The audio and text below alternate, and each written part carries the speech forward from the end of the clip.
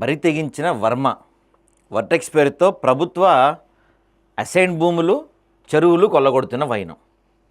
అసలు మనోడు వర్టెక్స్ వర్మ పేరుతో ఎన్ని అరాచకాలు అయితే చేయొచ్చో, ఎన్ని అక్రమాలకైతే పాల్పడచ్చో అన్నిటికీ పాల్పడతాడు. అసలు నాకు తెలిసి ప్రపంచంలో ఎక్కడా లేదు, మనోడు ఒక భూమిని కబ్జా చేశాడండి. మొత్తం కబ్జా పెట్టాడు. దాంట్లో మధ్యలో ఒక ప్రభుత్వ భూమి ఉంది. దాన్ని కబ్జా చేసి లేఖ రాస్తాడు, నేను భూమిని కబ్జా చేశాను, దీన్ని లీగల్ చేయండి, నేను ఫైన్ కడతా అని చెప్పి రాశాడు. ఇది ఎలా సాధ్యమవుతుంది? అందరూ అంటే ఇక ప్రతి ఒక్కళ్ళు ఎవరు పడితే వాళ్ళు చక్కగా భూములు కబ్జా చేసేసుకొని మేము కబ్జా చేసేసాం, అర్రే పొరపాటు అయింది, మేము ఫైన్ కడతామంటే సరిపోద్దా?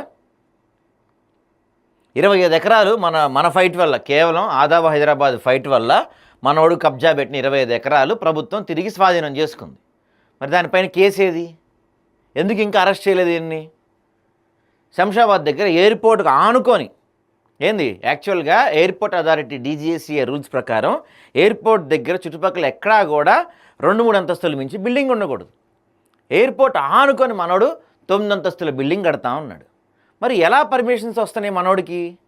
సరే, స్టేట్ గవర్నమెంట్ అంటే, ఇక్కడ లోకల్ అధికారులు అంటే చూసి వదిలేస్తున్నాను అనుకోవచ్చు. ఎయిర్పోర్ట్ అథారిటీ వాళ్ళు కూడానా? ఎయిర్పోర్ట్ అథారిటీ వాళ్ళు పట్టించుకోవట్లేదు, HMD వాళ్ళు పట్టించుకోవట్లేదు, ఎవరు పట్టించుకోవట్లేదు మనోడిని.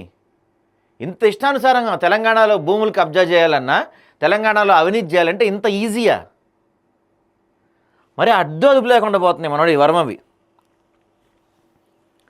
ఇది మహేశ్వరం మండలం మంకల గ్రామ శివారులో 300 ఎకరాలకు అక్రమ వెంచర్. కేసులు నమోదైన ఆగకుండా దర్జాగా కబ్జా చేస్తున్న వర్మ నేటికి అరెస్ట్ చేయకపోవటం ఆంతర్యం ఏంటి? వర్టెక్స్ డిస్టెక్స్ వెంచర్కు అక్రమంగా అనుమతి ఇచ్చిన రెరా, HMDA అధికారులకు ముట్టిన ముడుపులు ఎంత?